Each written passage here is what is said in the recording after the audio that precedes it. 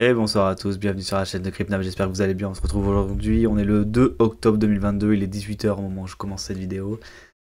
On a eu un week-end plutôt calme après une semaine un petit peu agitée. Voilà, moi j'ai laissé mon rond jaune de la honte, puisque je pensais vraiment qu'on reviendrait dans cette zone, au moins la zone rouge ici qui est la résistance supérieure avec le max fine price qui était entre 21 500 et 22 000 pour les options vendredi.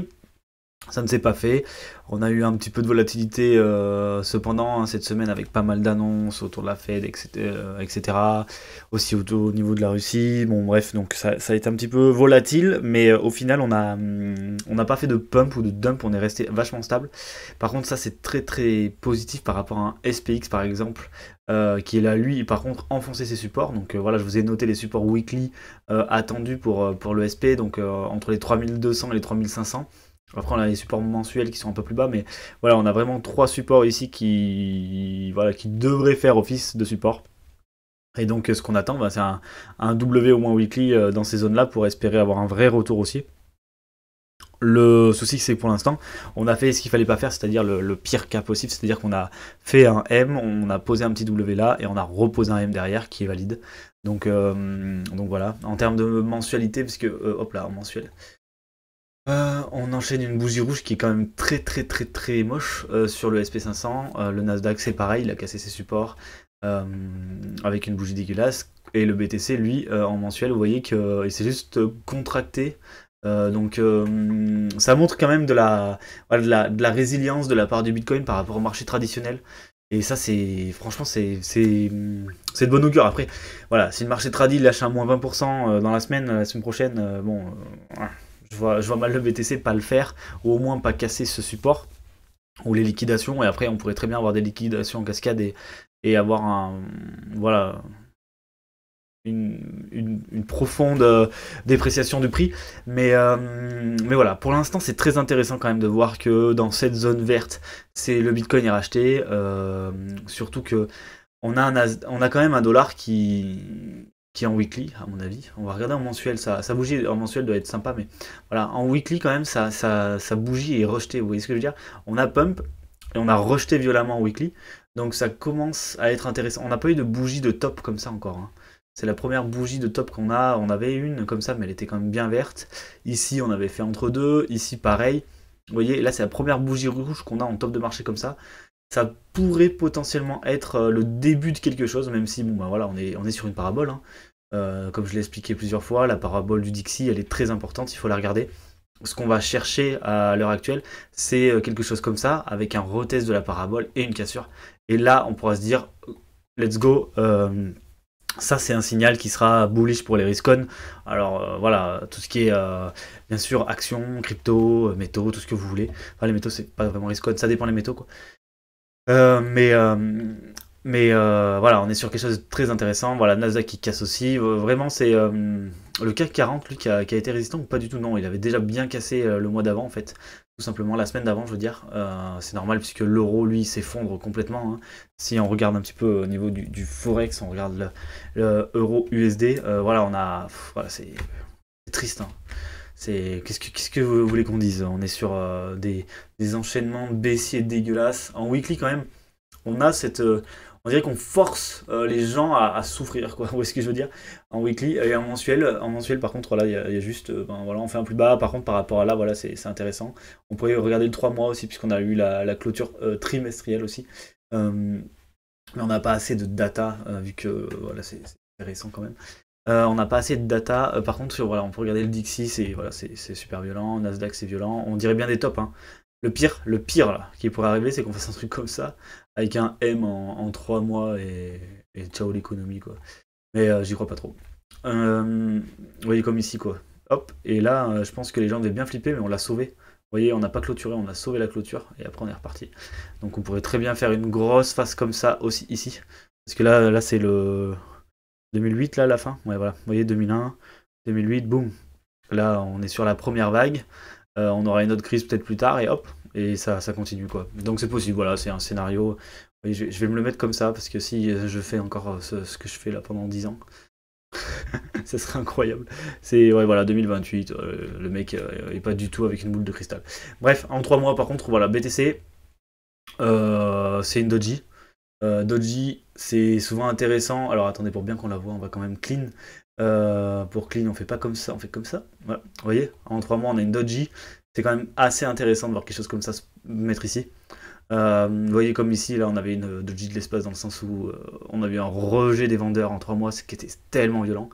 Et ici, vous voyez, on fait une petite doji, donc c'est sympathique. Ça veut dire que le marché sait pas trop s'il doit breaker, enfin breaker au sud, ou enfin laisser place au rebond et au, on va dire au bottom du bear market tant attendu, hein, tout simplement, puisque là on n'est pas loin quand même si ouais, clairement, je dis, on est vraiment pas loin d'un bottom. Comme moi, je vois les marchés qui crachent comme ça et que BTC il a de la résilience, je me dis potentiellement on n'est pas loin. Voilà. Je dis pas qu'on ira pas plus bas parce que c'est possible, mais là ça devient quand même très très très intéressant. Moi, je vois bien un bottom là au max pour la fin de l'année.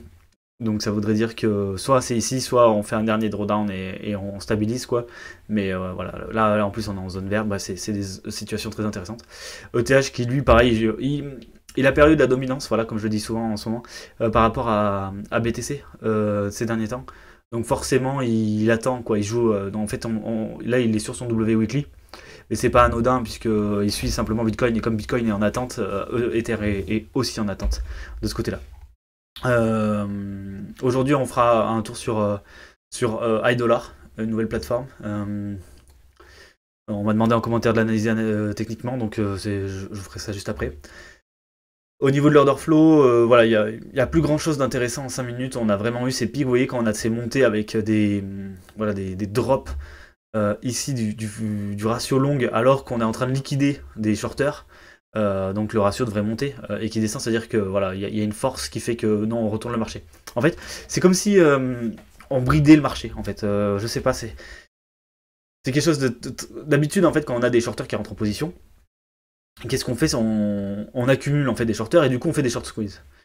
Depuis qu'on est sur le bottom, qu'est-ce qui se passe? Dès que le prix monte, les shorters rentrent mais retournent le marché. Donc c'est comme s'ils bridaient en mode non, monte pas.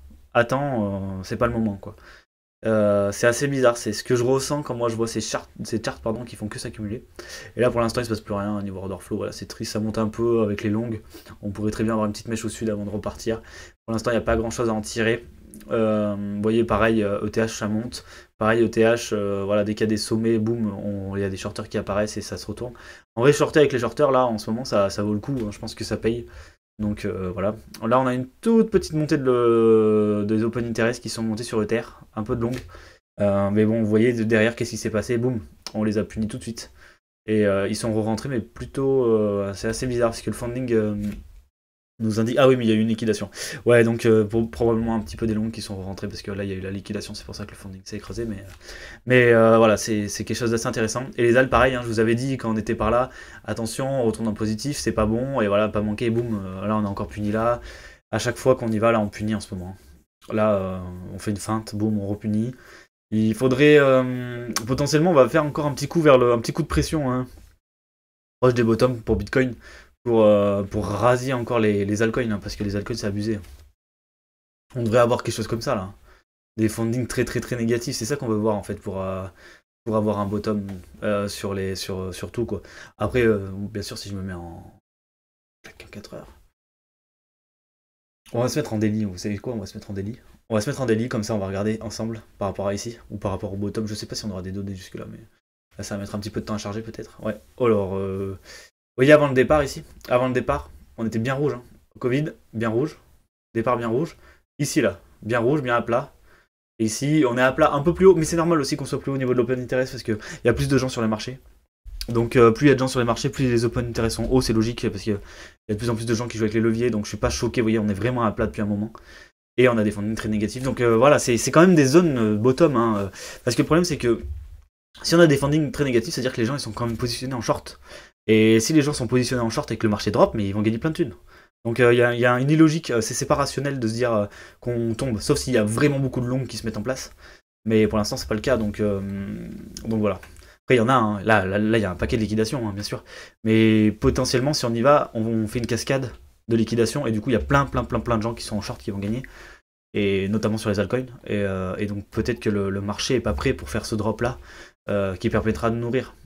Parce que si vous regardez là sur le drop, sur les cascades de drop, en fait, ici, voilà, on était repassé dans le positif, on repasse fort dans le positif, boum. Là, pareil. Ici, bon bah, ici on a vraiment liquidé, ça venait pas de, on a juste continué quoi. Et depuis, bah là, vous voyez, on est remonté un petit peu d'open interest qui remonte en daily. Hop, avec un funding qui revient positif, boum, on recrache. Là, on monte, bam, on recrache, vous voyez. Et bon, là, il y a un petit tour dans le vert, mais c'est vite parti. Donc vraiment très intéressant pour les situations de bottom de regarder, de prendre un peu de recul sur l'order flow. On peut le faire aussi sur Ether et sur BTC. Donc là sur BTC en daily, vous voyez, on n'est pas vraiment en situation de bottom ici, comme on l'était là. Vous voyez ici, ici il y avait vraiment pas mal de funding négatif. On pensait qu'on allait tous drop et finalement boum, on a fait un énorme short squeeze. Donc pourquoi on n'a pas de short squeeze? Parce que à l'heure actuelle, ben, ça oscille un peu quoi. Ça oscille plus que ça oscille, ouais, ça oscille plus que ce que a oscillé là. On est plus souvent dans le voilà dans le retour dans le positif que dans le négatif. Côté Ether, voilà, côté Ether c'est ça là. Bon le gros pic là faut pas trop regarder parce que c'est quand il y a eu les gens se sont protégés quand il y a eu le merge. Mais sinon on est quand même bien dans le négatif aussi niveau d'Ether. Donc c'est pour ça hein, Ether et les altcoins ils montrent que c'est short. Hein. C'est pour ça que même si on est long, que le funding reste en positif sur le Bitcoin, imaginez ça drop le Bitcoin, mais tous les gens qui vont gagner de l'argent sur Ether et les altcoins, c'est peu probable. C'est pour ça que je me dis quand même, je dis pas que le bottom est là, parce que j'en sais rien, je suis pas devin, mais on en est quand même plus proche que ce qu'on en est loin, ça c'est sûr, et voilà, c'est une zone très intéressante, hein, voilà. Que ce soit pour Bitcoin ou pour les altcoins auxquels vous pensez qu'il faut investir pour du long terme, voilà. Token du jour, bam, I dollar. Donc c'est Marion qui me suit depuis longtemps, qui a beaucoup de soutien. C'est cool d'avoir des gens comme ça qui vous suivent, qui laissent des commentaires à chaque vidéo, etc. Je la remercie beaucoup, ça me fait plaisir à chaque fois de voir des messages de sa part. Du coup, donc moi je connaissais pas du tout iDollar, donc en fait c'est un espèce de nouveau crypto.com, enfin un espèce de nouveau crypto.com parce que le fondateur c'est un ancien de chez Crow. Voilà, c'est un peu le même principe, une carte avec du cashback, on a une appli téléphone, il y a une partie gamification qu'il n'y a pas quand même sur Crow. Donc pareil, remboursement avec la carte, il y a une partie stacking parce que c'est un POS, Proof of Stack. Donc il faut stacker pour que ça fonctionne, pour sécuriser le réseau. Que dire d'autre? Les paliers sont assez intéressants parce qu'en fait il est sorti, il était à 1$. Et en fait là on est à 5 centimes. Donc voilà, il y a des paliers assez intéressants à avoir vu que c'est comme Crow, il faut stacker plus ou moins de high. Donc plus vous en stackez, plus vous avez des avantages. Et du coup quand il est sorti à 1$, là comme on est, ben voilà, on est sur 5 centimes. On est 95% inférieur à sa valeur d'origine, c'est intéressant pour le stacking. Après, je sais pas, c'est pas un conseil, parce que je sais pas si je vais rentrer dedans, etc. J'ai lu le white paper, ça a l'air intéressant. Je vous laisse faire votre recherche là-dessus. Mais niveau cap, c'est intéressant. Voilà, rank 519, on a un petit MCAP, 25 millions, donc voilà, il y a un potentiel de gain qui est forcément intéressant. Chose très intéressante et pas intéressante en même temps, c'est la supply. Donc elle est très intéressante parce qu'elle est limitée. Du moment qu'elle est limitée, déjà, il y a un intérêt. Pas intéressant dans le sens où 4% c'est risqué, parce qu'il va y avoir encore pas mal de dilution. Par contre, j'ai regardé le rythme de dilution, c'est assez plat. On dirait qu'il y a du burn, mais il n'y en a pas. Donc voilà, c'est peut-être le stacking qui est. Je sais pas trop expliquer. Parce qu'il n'y a pas de burn. À l'heure actuelle. Pour l'instant, ils sont pas sur leur blockchain, donc c'est un layer 2 d'Ether. Ils sont dispo sur Ether et la Binance Smart Chain, mais à terme, ils auront leur propre BC, de ce que j'ai compris, si j'ai bien lu le white paper. Donc ça c'est intéressant. Après voilà, c'est du potentiel bien sûr, mais bon moi qui suis-je pour juger un projet. Dans tous les cas c'est assez intéressant. C'est assez intéressant de voir des nouveaux projets comme ça, parce que forcément c'est les nouveaux projets qui vont percer dans le prochain BR, donc il faut essayer de trouver la pépite, c'est compliqué, faut forcément diversifier, donc ça peut être intéressant. En tout cas, voilà, en termes de MCAP c'est intéressant, en termes de supply c'est intéressant, en termes de projet c'est forcément intéressant. Après, voilà, là j'ai vu qu'il y avait des chefs qui étaient docs, j'ai vu 150 personnes qui bossent dessus, donc c'est intéressant aussi. En termes du prix, donc bottom, pas bottom, c'est une bonne question. De toute façon, là c'est impossible de dire oui bottom. Dans tous les cas, on fait des plus bas de plus en plus bas à l'heure actuelle. Donc voilà, en daily, on a quelque chose d'intéressant, c'est qu'on a posé un W, on est en train de faire le retest. C'est arrivé aussi ici, hein, vous voyez, clac, et hop, on a remangé le W avec le Bitcoin qui a crash dans ce cas-là, puisque tac, tac, tac, tac, tac, tac, non, on a posé un W, juin, oh, il s'est rien passé de... Ah si, c'est août, pardon. Donc oui, voilà, on a posé W, et là, Bitcoin a dump, et du coup, ils ont dump. Et là, on repose un W en septembre. Donc ça, c'est intéressant. On est sur des, voilà, on est sur des trucs intéressants. Le plus intéressant, ça serait quand même un W weekly pour être sûr sur un bottom. Donc pour l'instant, on l'est pas du tout. Si vous voulez, voilà, si vous voulez parier sur un actif comme ça, s'il faut attendre, c'est quelque chose comme ça. D'accord, hein, on en a déjà parlé. Donc là, un retour sur le bottom sans le manger. Hein, on va pas plus bas que la mèche. Et hop, et on casse, on clôture. Voilà, un beau W avec des confirmations momentum. Bon, là, c'est le MACD, on n'a pas trop de données, on aurait plus de données sur le RSI. Mais voilà, des choses comme ça, c'est pour les gens qui veulent investir dans des petits assets comme ça, placer un petit billet. Voilà, c'est intéressant d'avoir des petits W comme ça, clac clac, avec un départ potentiel. Je vais vous laisser là-dessus. Voilà. Donc forcément, on est sur des zones de bottom au niveau du BTC. Par contre, si BTC il drop, voilà, ça c'est des tokens qui vont drop forcément. Faut pas oublier qu'ils sont indexés au Bitcoin directement. Mais voilà, il faut mieux investir dans un actif comme ça sur un truc qui est très plat. Depuis un certain temps, parce que voilà, si on recule quand même, voilà, il commence à être bien plat, donc il a peu de volatilité. Donc là, ça commence à être intéressant pour du long terme. Si le projet marche, si vous voulez investir dedans, voilà, ça commence à être intéressant. En daily, on voit que... Est-ce qu'on a eu une petite divergence, par exemple? Non, là, on a quand même bien poussé vers le bas. On n'a pas de divergence, même si là, on était assez haut. On n'a pas de div. Il faudrait voilà, peut-être un retour. On n'est pas obligé d'avoir une div pour valider un bottom, mais c'est toujours intéressant. Ici, on l'a pas eu. Après, je pense qu'il y a eu vraiment beaucoup de ventes dessus. Les gens se sont protégés vu que le BTC, ils ont vu au retour au bottom. C'est forcément, ils paniquent sur les petits coins et c'est les premiers qu'on vend, c'est les petits coins. Donc voilà. Et ben voilà, c'est tout. C'est déjà pas mal sur ce petit actif que je connaissais pas du tout. Donc merci à Marion de m'avoir fait découvrir. Je vais regarder de plus près. En attendant pour cette semaine, bah voilà, moi je pense un retour haussier. Faites attention à vous parce qu'il y a la Fed demain, il y a une réunion exceptionnelle demain de la Fed. On va voir. Il y a quelque chose de bullish quand même, c'est que le Royaume-Uni a dit ouais le QT c'est fini, donc faut arrêter. Donc ils arrêtent le QT, donc ça veut dire qu'ils vont réinjecter du cash pour sauver l'économie, leur économie. Donc on verra. Il faut regarder aussi. Hop, ici, vous voyez que la grosse, le M qui est là, donc j'en ai parlé cette semaine. Je pense sur le BLX, ça se verra mieux, parce que là, j'ai pas mal d'informations quand même sur le BTC. La résistance, ça, c'est la résistance à casser. Donc, ce qu'on veut observer, ce qu'on a envie de voir, c'est un W. Donc, ça veut dire qu'on ferait ça, et là, qu'on pose un W de l'autre côté. Ah, voilà. Alors, ça, c'est le best signal ever sur un actif comme ça, c'est-à-dire une énorme résistance qui est là depuis novembre de l'année dernière, donc un an. On la casse. On fait un W derrière. Voilà, et ça c'est un signal qui sera porteur de plein de bonnes choses. Donc un super signal, ça sera ça. Pour ceux qui veulent vraiment rentrer au bon moment, ne pas acheter tout le temps, etc.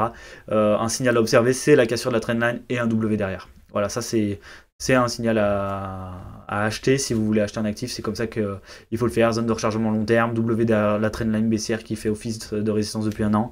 Voilà, il n'y aura pas mieux comme signal en termes d'analyse technique sur un actif. Après, vous choisissez vos actifs. Voilà, je vous laisse là-dessus. Du coup, comme je vous ai dit, cette semaine pour moi, plutôt haussier. Ça dépend de la Fed, bien sûr. Si la Fed dit qu'ils arrêtent le QT, on va avoir une mèche vers le haut qui va être incroyable. On l'espère tous, bien sûr. Ça ferait plaisir, un petit peu de vert dans les portefeuilles aussi. En attendant, je vous souhaite à tous de passer une excellente fin de week-end. On se retrouve mardi pour une nouvelle vidéo. Allez, ciao!